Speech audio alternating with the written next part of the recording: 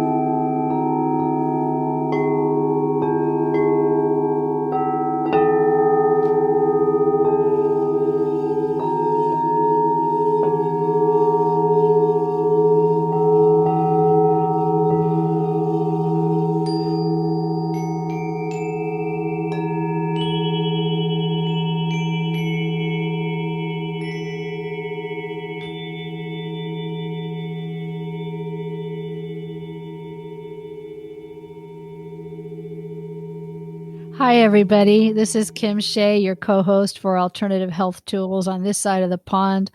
And I have the honor of speaking today with Reverend Elivia Melodey. And she was just playing some of her crystal singing bowls for us, which we're going to be talking about today.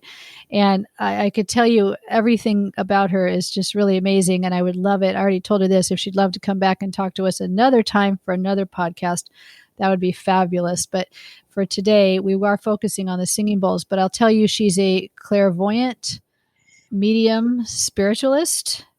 Did I say that right? Yeah. Okay. She's also an ordained minister since 1985. She is a certified spiritual healer, a certified past life regression therapist, a certified Jin Shin Jutsu practitioner. Okay. And she's been the director of education for Harmony Grove Spiritual Association, and she's been an instructor there for 12 years.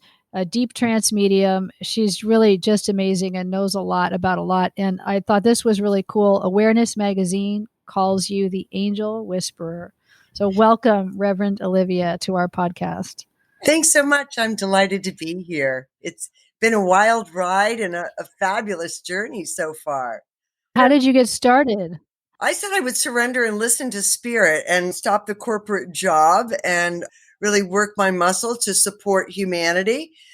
And that was probably in 98. And some days we listen better than others. And spirit kept directing me toward reading about sound healing, which I did. Dr. Mitchell Gaynor had just put out his book on sound healing, or Sounds That Heal. He was the head of oncology at a major New York hospital. And he found that his patients were having so much stress relief, and you could reduce medication and a number of things. That was fascinating to me. When I first heard a recording, I thought it was kind of boring, but I'd never heard one played or seen them. And within probably a week, I heard a crystal bowl at a large show here that nobody was at. It was like a sales show. And I was transfixed. And from that moment, it's like, pull out all your bowls. Let me listen to them. With no thought to money, I came home with the biggest bowl I could hold and carry and fit in my little sports car. People stopped saying, hello, Olivia. They said, instead, they go, did you bring that bowl? And then a friend told me that she knew someone who had a harmonically tuned set, and whatever that was, because I have no background in music, wanted it. I started off in life, perhaps an artist, and you want a full palette. So I got 6 more, and when I got 6 more and began to produce harmonics, I began to hear music, and stuff began to happen. So I would take them to a place where we did spiritual healing, and people would come up afterwards with tears pouring out of their eyes saying, what did you do? They come up afterwards and say, my pain is gone. And since I was playing around a number of clairvoyants, I go, well, who was singing? And my friends would go, oh, didn't you see the monks? They came in singing. Or it was the angels. And so I realized something much bigger than me was happening, and I needed more bowls. So 45 singing bowls later, Celtic harp, symphony Oh, gong, wow. vibes, chimes, drums. If I couldn't get to it, you'd hear it anyway. And over 1,000 concerts, the bowls went on the road. And I began to produce CDs. And I just giggle because Spirit was in charge. I would record live. And then a friend of mine, the recording artist, said the only way to get this music out there, and Spirit was pushing me to get the music out there. And I'm like, I'm not a musician. I don't know anything. But Spirit really led it. And he said, get out and play. And so I began probably in the 99, 2000s, thinking that it was for people who were ill. So I would play in hospitals and hospice and huge retreats of people living with AIDS and HIV and senior centers. And over time, I realized it was for everyone. So I thought, who knows about energy? And I started with all the little spiritualist churches and then with the dowsers, because dowsers who find water, and they're all over the country, know about energy. And so they'd invite me to present at the National Dowsers Conference. And basically, I just look on the map, see what city lit up, and then start cold calling or asking my friends, who do you know? And I figure everywhere's on the way to New York City, and almost everywhere's on the way back. So I haven't been everywhere, but from the peninsula in Washington to Maine, I've been a lot of places. And about 6 years ago, Spirit said I was done. What do you mean I'm done? Because I was rather driven.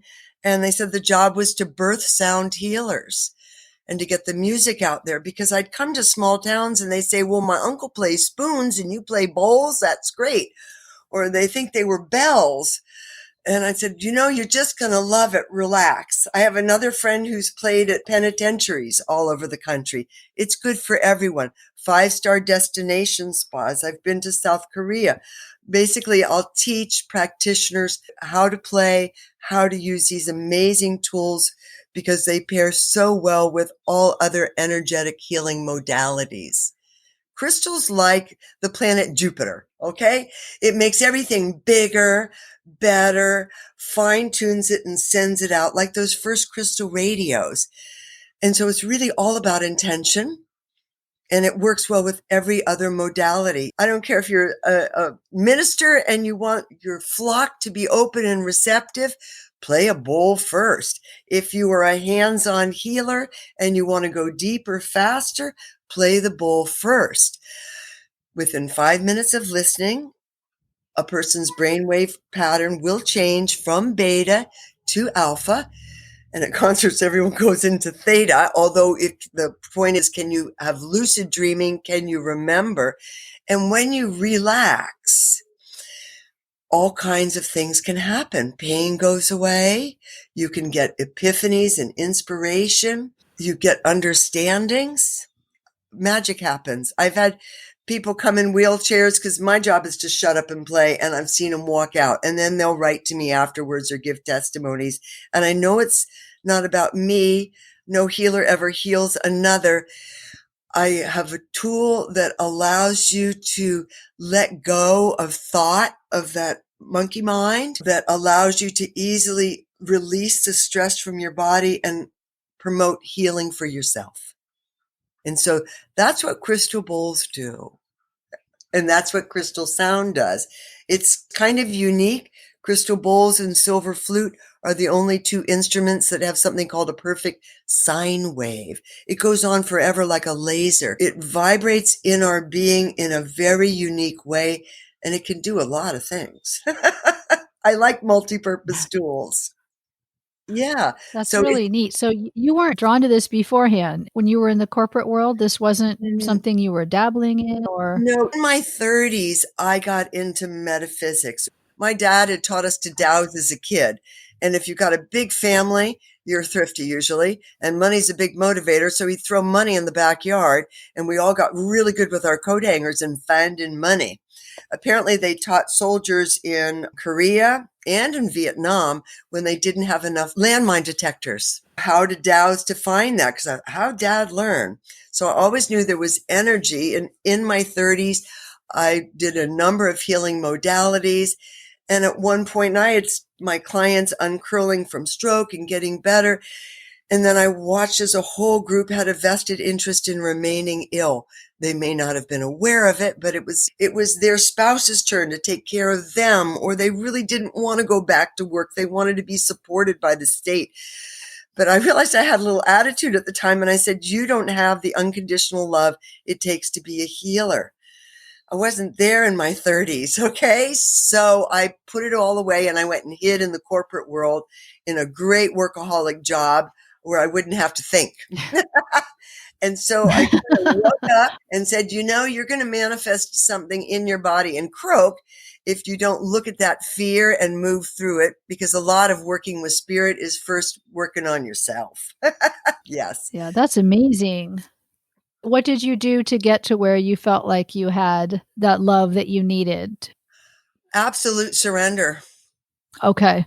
Absolute surrender. I remember one sister turned to me when I said, this is what I'm going to do. I'm leaving my job. I'm going to start a business. I don't know what that is, but I'm going to listen. And she said, well, Olivia, do you have a plan B? And I said, there is no plan B. It's kind of like how life is right now, because it's all about where you place your intention. You can create lickety split. It's all about focus and not being distracted. And so my job was to surrender and listen. Some days we listen better. And so whatever triggered me, whatever signs I saw, I would follow them. And I mean, when I saw how much crystal bowls cost, I think I did run across a catalog. Famous last words were, oh, those fools will buy anything. I'd never heard one. Ah, okay. The minute I heard it was just like, I have to have one. I need one. Let me listen. Let me listen. And the bigger the bowl, the lower the octave, and the more it works the whole body. So the bigger bowl. So yeah, I didn't know that at the time. I just knew I needed this huge bowl. I think it was about 35 pounds. It's 18 inches across. And I was woman with the bowl. Wow. Yeah. And yes, I went from a little sports car to a big minivan. To carry all your bowls. Yes, to do Gosh, that's these amazing. cross-country trips and to get the music out there. Yeah. So did somebody teach you any of this, or is this something you just intuitively knew how to do it? I took piano in the second grade, and I remember when she got sick and I didn't have to do piano anymore. How every kid had to have an instrument. I have no musical training or background. I just like that sound. So what I discovered, because it was fun to play the bowl, and I didn't know anyone else who played them. So I was rather playful with them at first, and I play in a unique way because I had never heard anybody else play. First off, ergonomics, it just made sense to me to always put the bowl on a table and to stand up rather than sitting down. And as I got more bowls, I play on 2 6-foot tables and more because I have so many. Wow. And I just float around the table or run around the table. The bowl seems to light up. I know inside, I know what to play. Sometimes I may be doing dissonance, and part of me is thinking, oh, this is really ugly. And dissonance are two bowls that are like if you push an A and a B note on the piano, it doesn't sound so pretty. And what Spirit told me was that the dissonance actually helps break up rigid belief systems, break up masses in the body, that it's good for you. We like it to be harmonic and to be pretty. But like I say, the bowls will teach you, and they can be rather bossy. I've had my crystal bowls. Sometimes they're louder after I stop playing. It'll just rise and rise and rise. Sometimes I will hear sounds I've never heard before. A frosted bowl can shift to this really high octave. I'm thinking, oh my goodness, I'm a vehicle who carries them around and then they do their own thing. Yes. Wow. So tell me about, how are they made? Do you know where they come from? Is there something that's imbued into them as they're being made? Not really. I say anything used in a sacred way becomes imbued with that energy over time. All right. My belief system, which is a little woo-woo, is that sound healing was used and crystal bowls were used before Atlantis went down. Crystal skulls made it through the last big shift. Crystal spheres made it last through the shift. Bowls didn't. And so what you had starting about 12,000 years ago and less is the sound healing tools being replicated, not based in any religion, globally. So you have Peruvian whistling vessels in South America. You have the meadow bowls that were birthed in China. They're over 3,000 years old. I said people did the best they could with what they had at the time, not based in Buddhism or any religious practice. And just as the whistling vessels drum and rattle, okay? NIH knows that 50 beats or more a minute of drum and rattle changes brainwave patterns, sends you into trance. The really high frequencies of the whistling vessels, you shoot out of your body, you connect with the star people. And the metal bowls, and the lore is that it's 7 metals, that the recipe was handled from father to son, and with every beat of the hammer as they annealed it, a prayer was said. Well, you're investing sacred energy into it. So I don't care.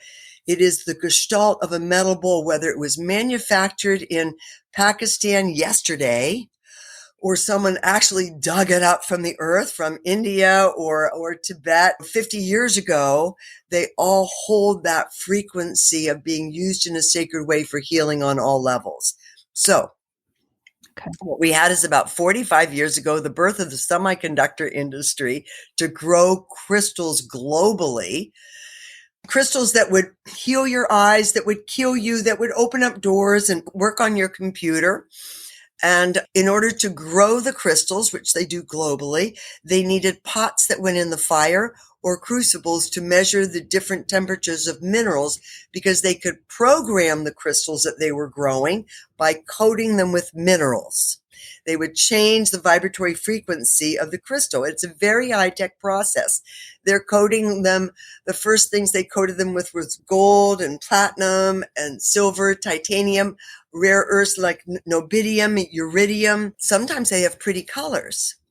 But the crystal bowls that we know, the first ones from 45 years ago, are frosted bowls. They're crucibles that go in the fire. They're pots. And I say it was probably someone at Kyocera, some enlightened group like Kyocera or General Electric late at night, who went, hey, maybe we can play these like crystal glasses. But the real story is too woo-woo. It's a fellow who worked in the semiconductor industry, and he had a dream about galactics and how these bowls could be played. And when he got tired of trying to sell them, because they have very high industrial standards for these bowls, because it's part of a multi-step process that costs a lot of money. They have a big chamber of ones that they feel are not perfect. And so he began selling bowls. And when he got tired of them, he gave the business to Cedric Wise in Houston, I think it is, in Texas. And so Crystal Distributing became the first wholesaler. And others who worked for him went and started their own business. And then they thought, what if we coat these bowls the same way they're coating crystals? Gee, these are pretty colors. And so then we have colored bowls. And about in 95, someone said, what about bowls just for sound healers? And they approached friends of mine who work with the crystal divas. And then they created the Diva's Gift, or the first handheld bowl.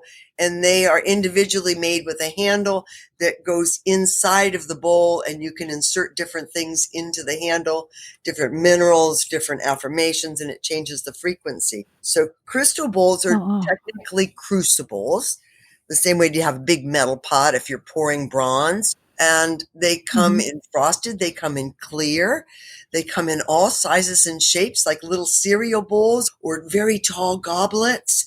They'll come with rounded bottoms or flat bottoms. And what a sound healer wants to know is, does it play? Can we play it? Now, you can play almost anything. You can play your stainless steel bowls. You can play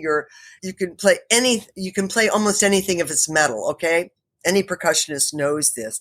But crystal in the form of a bowl, it's everything old is new again, so it's holding that original frequency. And for me, crystal is like nothing else on earth. It works interdimensionally, so you have metal people, you have crystal people, and for me, you can go deeper, faster, and more with crystal. So they're still being manufactured all over the world. They were all over the world, but of course, China can do it cheaper these days. So I had people calling me in 2005 in Switzerland. You could only get bowls from the US. And I said, here's a manufacturer in Germany. If you bought 50 bowls, I'm sure you could find your bowl, because shipping was terrible. The US was the only manufacturer. And starting about 8 years ago, China began selling directly, but it is better to work with someone who knows, because there's a left brain piece. It has to do with the music, and it has to do with the tuning. And so they could say, here's a chakra set, and yet you've got a D sharp. What is it? You've got a D sharp and you've got an F flat. And I don't know if there is a such thing as an E sharp and an F flat, but the two notes will sound the same. And on a tuner, it looks like you've got an E and an F, but they sound the same. So China is selling it, but I say buyer beware. Okay. So is this something that somebody could do like me? Because there's a shop not too far from here. You've probably seen it too. I think it's in the Encinitas area. And I mean, you walk by and it's like eye candy. It only sells bowls, crystal bowls, and they are stunning. And they've got the fancy lights coming down through them, and they're illuminated. And you just think, oh, I must have these. They're very beautiful. But is that something that somebody like me could do? Or is that something that someone needs to be taught, like somebody from you, or you have to have the inspiration to be able to connect with the bowl? Anyone can play them anytime. Okay. In fact, I have a girlfriend who, on the East Coast, she bought a little bowl, and her husband likes to just walk by and hit it. It's a really high one. He just likes to hit it every now and then. All right. So yes, as long as a child needs to be, I'm going to say about 10 years old. I've sold big bowls to 13-year-olds. They're pretty plugged in young people. Anyone can do it. It's simply a matter of getting your mallet to go around the bowl the same way you would lick your finger on top of a crystal glass and make it go around. Okay. Yeah. It's as easy as that. I say you never play around people who are using drugs and alcohol in not a sacred way, because just like Jupiter, it's going to expand everything. Cacophony or bad juju. All right. Okay. We do that. And people who have dementia do not need crystal bowls. Interesting. Why is that? Well, with dementia, sound healing is particularly impactful, and yet it's a different kind. With dementia, you have 1 foot out already. This just takes you further out. All right. For dementia, in order to track and hopefully bring your loved one back for 5 minutes, you want music with a strong beat, or music that they remember from their childhood. And there's amazing footage online of people who are deep in dementia, and a guitarist in front of them playing I've Been Working on the Railroad, and the person comes out of deep dementia, fixes their eye on them and said, "That's a great tune. Would you play another?" All right. So literally you want to have a track that hooks into their emotional memories.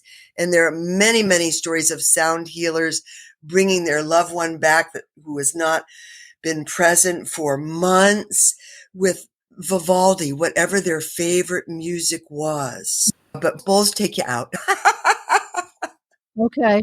Well, that's interesting. I haven't had any experience with them other than listening to them online, like on YouTube. I can go on there and I've listened to some of them, and they're lovely. The only thing I ever had that took me out was someone did a gong. I went to a gonging session. Right. And the thing that blew me away was that I could not think during the gonging. I tried. I could not make myself think. It was like having my brain washed out with sound. And I realized then how powerful it was. And I had a hard time speaking after that for a while and finding the words to express myself, because it was so powerful. Is this like that?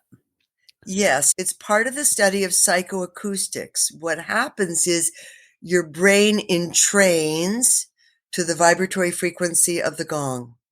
Okay? Your brain entrains. The same way, if you're in a happy mood and you hear like rock and country music, you're tapping your foot and your whole body's going upside down, going up and down. If you're sad, you put on sad music, all right?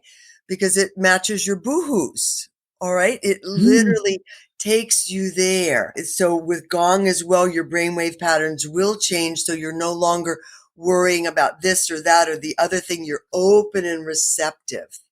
So yes, there are a number of things that can do it. It's individual, but I've always played when I've been local. I've had a band, and as I've traveled, I have too. So yes, and I have my own gong, but I've played with gong masters with walls of gongs and the big Tibetan horns. They pair beautifully with bowls, as does silver flute, all the flutes, cello, violin. Yeah. However, what really will take you out are bowls and gong. Yeah. For some people, it'd be didge. It can be didge too. Didgeridoo. Okay. Yeah. Okay. Well, I'm hopeful at some point here when COVID lets up, I'll be able to come see you in person. That would be lovely to be able to experience it live. There's nothing juicier. People who know of crystal sound baths, it's like you bring your blankies, you bring your pillows, you wear your comfy clothes, and then you strap yourself in and you get ready for a really great ride. Because one thing, you're going to feel awesome afterwards.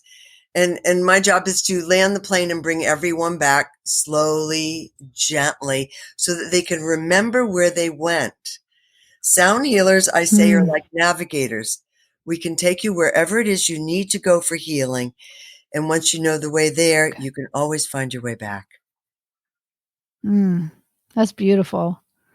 How do you stay present when you're doing that? How do you not get taken out by your own music?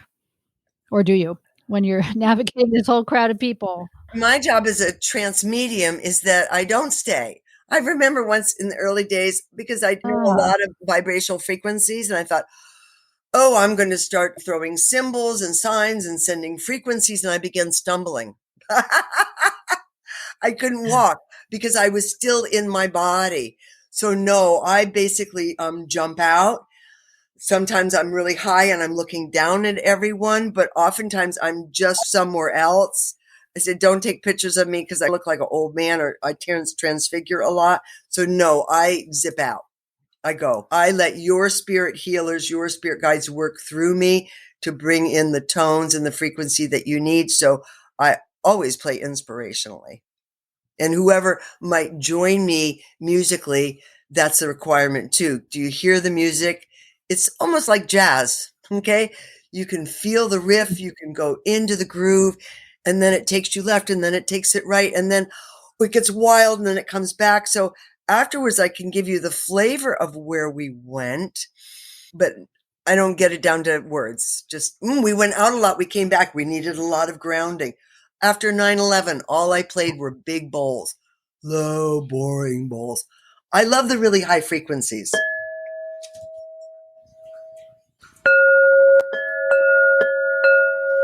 And much higher. All right. But these days, people need to feel safe, secure, supported. And that would be the big low babies.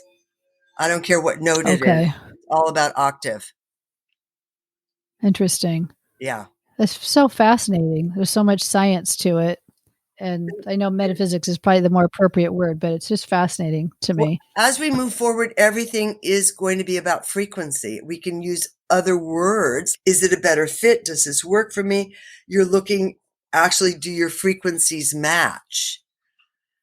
And so it's music that supports or uplifts. And this has been a study. I mean, the Greeks had scales that were forbidden because they excited the passions too much. And we basically have two scales. You know, what is it? C major, A minor. I've learned this. So the black and the white keys on the piano.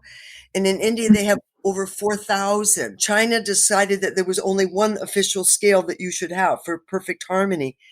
And yet, music played different ways brings up all kinds of, it's almost like a cook. You just never know what you're going to create, what's going to come out of the oven, okay, and how it can support you.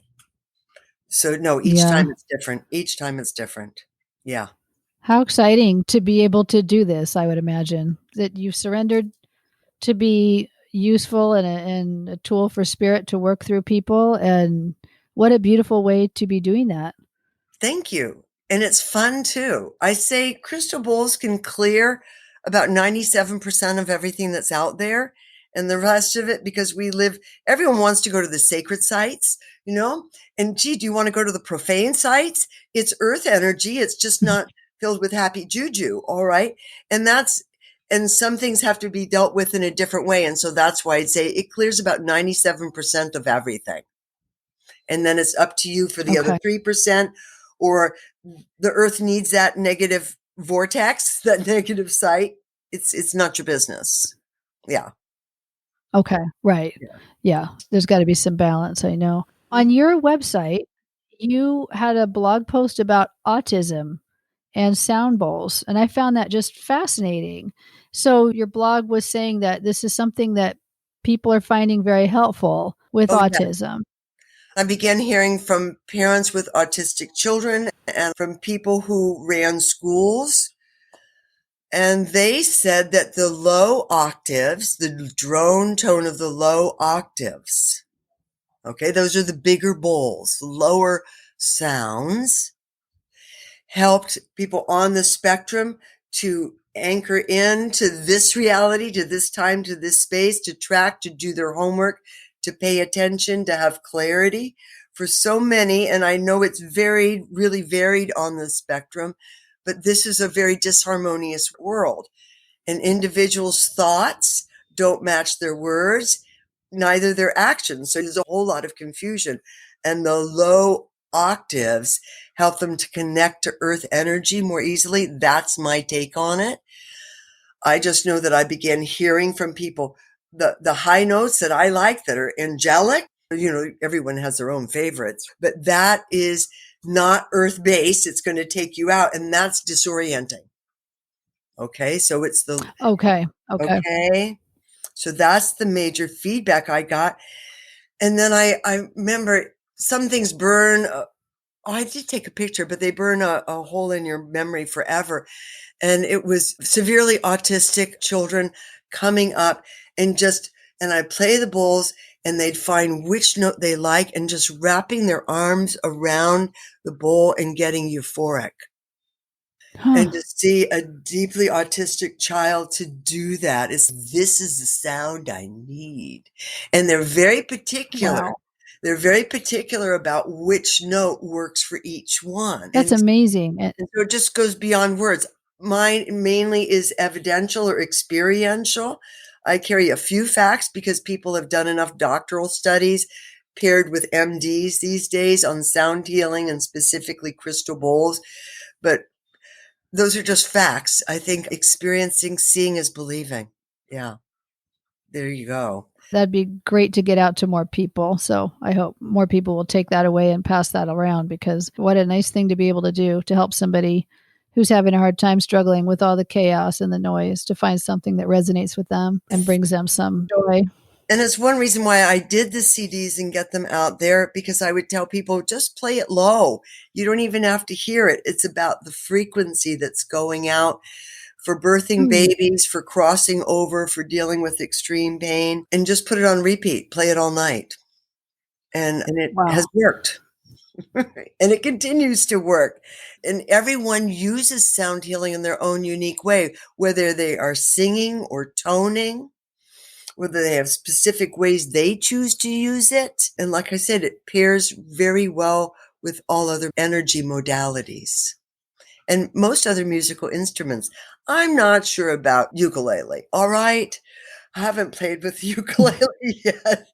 I bet it could happen. It can be very gentle in the background. Right. And I can actually hear it in my head just talking to you. Mm-hmm. I think it could be lovely. And I've played with wild drummers, and bowls will hold their own with wild drummers. Okay, just really, Dumbex, let's go. And I played originally with a tribal drum, but it got too hard for us to get the tribal drum everywhere, up and down the Integratron stairs.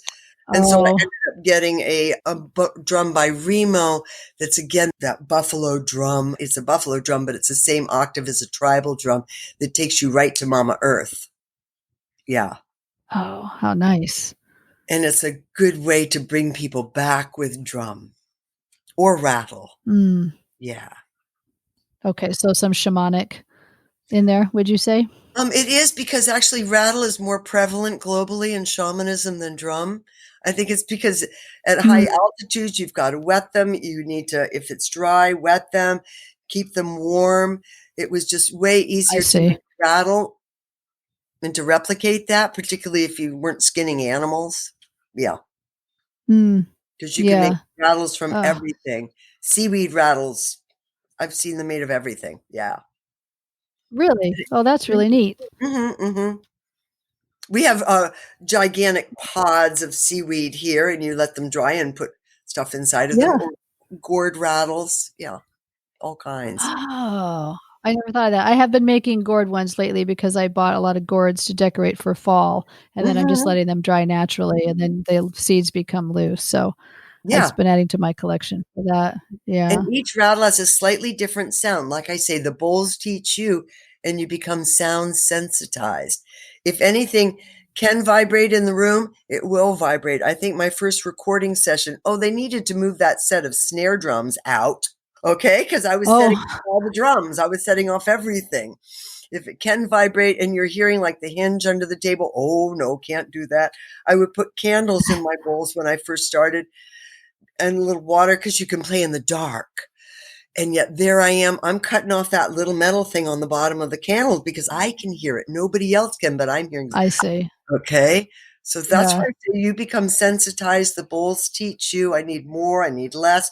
Let me try just putting this little piece of citrine in the bowl. Ooh, that feels better. Let me throw my homeopathic in the bowl. Oh, wow. How about essential oil? You don't even need to take the top off. You want more love? You put in some Bulgarian Rosado and play that bowl. Wow. And if you take the top off, of course, it'll fill the room. I remember playing once and there was one sprig of a stargazer lily in the room and the entire room got filled with the Oh, frequency. I think the sound waves were pushing it all around, but then it was really big. So it just, like I say, it pairs well with others. And so you treat them in a respectful way. They're tough. They're tough. Mine have been down the worst washboard roads and back and forth. And sometimes I hit them really hard. Their job is to stay whole. Nothing's ever broken in concert or traveling, and they'll do magic for you. Yeah. I just wow. magic. Yeah. That's amazing. Just even the craftsmanship behind them too. So you ship them. People can go to your website and they can buy the bowls from you and you can ship them Right. anywhere, or do they have to be local? I say always call first. No, I order direct and I try to put bowls together for people. So if they've got one and they want Okay. more, it's let me hold my tuner up to the phone and see what you've got so we can pair one that will sound lovely. Oh. And Mhm. inventory varies all the time. It's not as though they're making bowls in any particular note. Basically, they're getting in these crucibles from China and then they hold up a tuner and they figure out what they get. And the bowls that have pretty coatings on them, like what you've seen, what they do is they're getting bowls from China and they know what note they are. And then they're sending them. It used to be Ohio, where they are coating other crystals. Okay, so they're I coated see. here, but the bowls are made somewhere else. The coating, and actually they put them in a vacuum chamber, heat it to 2000 degrees. The minerals vaporize and bond on an atomic level. And frankly, when you heat up rose quartz, you've got titanium in there. And in that process, it's going to leave big black blotches. And so most all of the coated bowls have colorants in them to make them prettier. All right. I see. Now, gold and platinum looks opalescent when it's heated to 2000 degrees, opalescent white.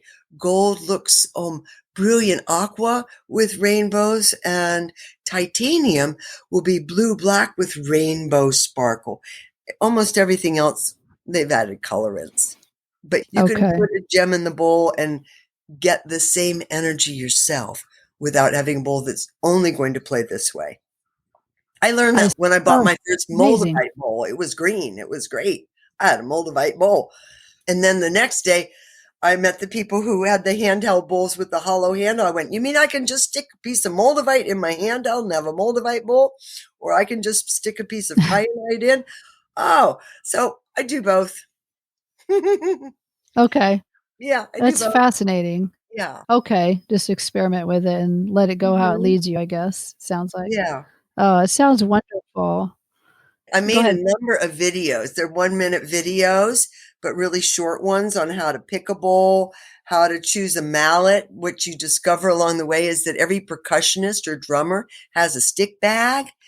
And they've just come out in the last year, finally, it's been so long, with a mallet that's made just for sound healers with a lovely silicone. It's half silicone, so it's half really soft. You're not having the scrape of leather, which bothered a lot of vegans. Cork would just wear off. I would send people to Home Depot or Lowe's to get cane tips to put over the end, but they've just come out with a lovely new mallet that doesn't wear down and the sound comes up easily. So how to pick a mallet, nice. the difference between the different bowls. So yes, I'm really into teaching and sharing information. So yes, my website has lots of videos. Little ones. So your website is elivia.com, correct? Yes. Mm-hmm. Okay, so that's really easy to remember. So it's ELIVIA.com in case you're listening, but we will have that link directly in the show notes, so you can just click on that and go to Reverend Olivia's website, and you can also order the CDs there on your website. Actually, I got an order the other day, but it's been like a year. My music is downloadable all over the internet. Oh, nice. Okay. All right. And probably the most sought after, or the one that is all purpose, is Journey to Wholeness. I begin with the drone tone of the bowls, chakra alignment, and then it moves into healing on all levels. So Journey to Wholeness, which is the blue one. For getting the energies that are coming in now, that would be the purple one, or Crystal Portal. It's got a beautiful fractal on the front. And for grounding, that would be the green one with the big earth labyrinth on it. Terra Firma. Okay. And with that one, sound healers in the Bay Area actually lent me their bowls because I wanted to play on big bowls, and the smallest bowl you'll hear is 18 inches. So I start with 24-inch bowls. I record live. So I said, I want the big wah-wah, which nowadays is called binaural beat. All right, let's get really big babies. And then I brought the band with me. You've got didge, you've got a beautiful Native American flute, and it's feeling safe and secure, grounding. So yes, it's very low octave. Yeah. That sounds like something that people might want right now. Right. During the times we're living in. That sounds like that might be something very soothing right now for people to listen to. To connect to the earth. Yeah. It's a good thing. Yeah. I think right now we need it. Right. Yeah. So we'll include that information there, and they can find out more about you. And like I said in the beginning of the podcast, there's so much more to you that we haven't even talked about. We've just talked about the singing bowls. And if you ever would like to come back and talk about some of the other things that you do and are certified in, we'd love to have you. And I'd love to be able to share what you know with all of our listeners. That would be so great. I'd love to as well. Thank you. Yes, it's like all new directions these days, and it's as everyone's waking up, and it's pretty darn exciting. Then we would love to talk about that. Okay. That would be great.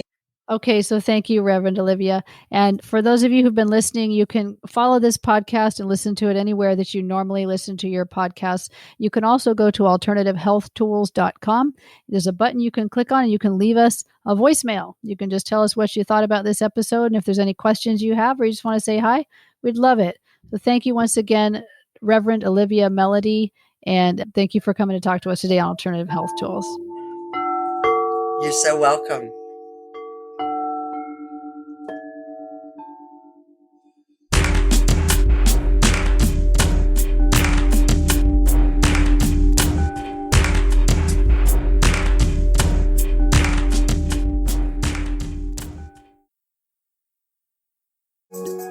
Produced by Heard Not Seen Media. Visit imaginepodcasting.com for more information.